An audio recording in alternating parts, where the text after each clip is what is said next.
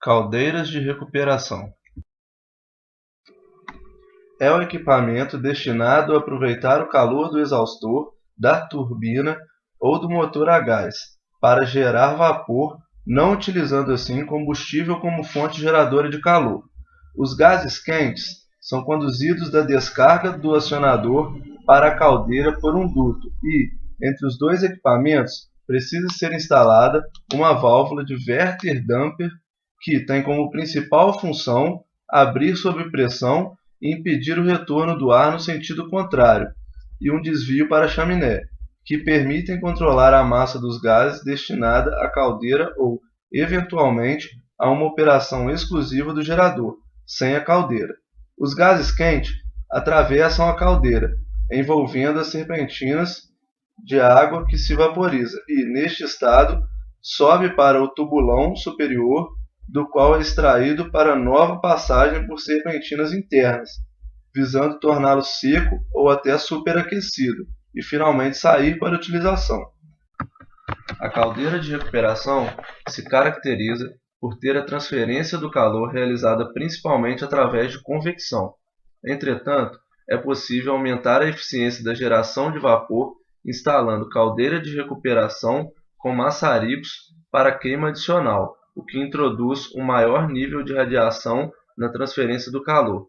Essas caldeiras costumam apresentar uma eficiência entre 70% e 80%, e com queima adicional pode passar de 90%.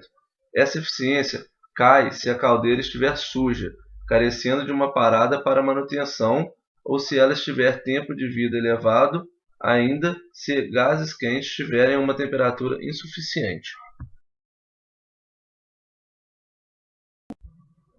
Trocador de calor. É o dispositivo usado para realizar o processo da troca térmica entre dois fluidos em diferentes temperaturas. Podemos utilizá-los no aquecimento e resfriamento de ambientes, no condicionamento de ar, na produção de energia, na recuperação de calor e no processo químico. Em virtude das muitas aplicações importantes, a pesquisa e o desenvolvimento dos trocadores de calor têm uma longa história, mas ainda hoje busca-se aperfeiçoar o projeto e o desempenho de trocadores baseado na crescente preocupação pela conservação de energia. Os mais comuns são os trocadores de calor em que um fluido se encontra separado do outro por meio de uma parede, através da qual o calor se escoa. Esses tipos de trocadores são chamados recuperadores. Existem várias formas desses equipamentos, variando do simples tubo dentro de outro até os condensadores e evaporadores de superfície complexa.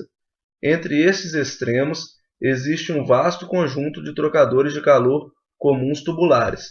Essas unidades são largamente utilizadas, devido à possibilidade de serem construídas com grande superfície de transferência, em um volume relativamente pequeno, além de possibilitar a fabricação com ligas metálicas resistentes à corrosão e são apropriadas para o aquecimento, resfriamento, evaporação ou condensação de qualquer fluido.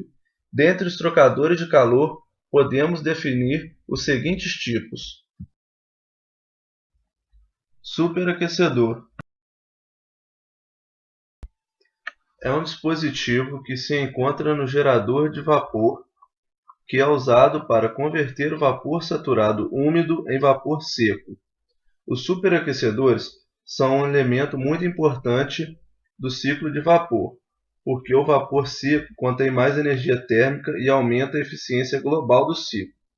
Para além disso, o vapor seco também é menos suscetível de se condensar no interior dos cilindros de um motor alternativo ou numa turbina a vapor, evitando dessa forma a cavitação. Existem três tipos de superaquecedores nos geradores: superaquecedores radiantes, superaquecedores convectivos e superaquecedores aquecidos fora do gerador de vapor. Eles podem ser de natureza apenas convectiva, ou seja, recebe calor somente por convecção térmica, ou de irradiação, e neste caso estão localizados dentro da própria câmara de combustão ou na saída desta, de maneira que receba calor por radiação da chama ou da grelha. O controle fino da temperatura de superaquecimento pode ser feito de diversas maneiras. Controle da taxa de radiação através do controle da posição angular dos queimadores de óleo ou gás, direcionando a chama adiante ao superaquecedor, ou controle da capacidade de combustão dos queimadores mais próximos ao superaquecedor, desvio de gases passando pelo superaquecedor através de uma válvula de desvio regulável automaticamente, utilização de superaquecedor ou atemperador na saída do superaquecedor, o qual, através da injeção direta de água líquida, controla a temperatura da saída do vapor superaquecido.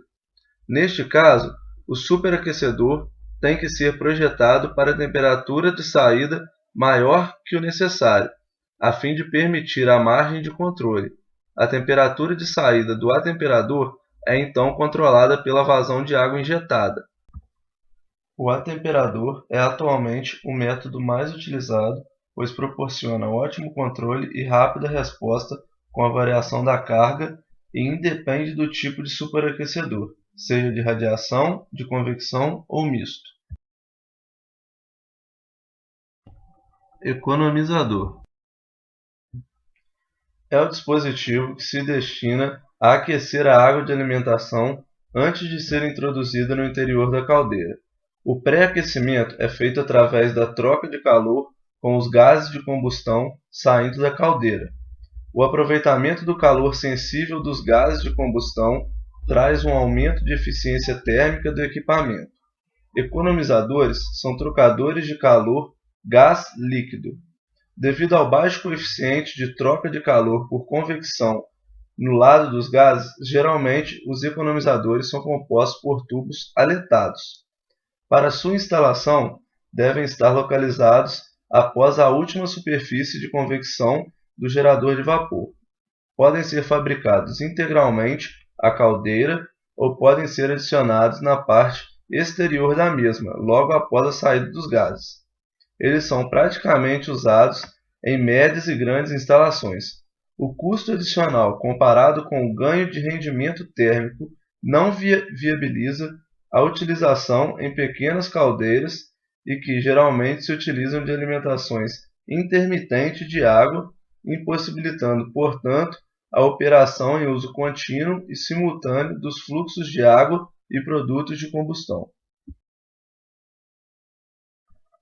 Evaporador é definido basicamente como um trocador de calor capaz de ferver a solução em um dispositivo para separar a fase vapor do líquido em ebulição. Um tipo de evaporador é o evaporador de expansão seca. Este é utilizado na maioria dos sistemas de refrigeração de pequena capacidade e em alguns equipamentos de refrigeração industrial. A diferença de pressão é o que movimenta o refrigerante. O refrigerante entra quase totalmente líquido e se evapora gradualmente, estando gasoso na saída. Uma desvantagem é que a transferência de calor deficiente. Isso é devido à dificuldade das paredes internas dos tubos estarem sempre molhadas. Um outro tipo de evaporador é o evaporador inundado. Este evaporador é bastante utilizado em sistemas frigoríficos, cujo refrigerante é a amônia. A fase líquida e a gasosa vão para o separador. A fração líquida será reutilizada no evaporador.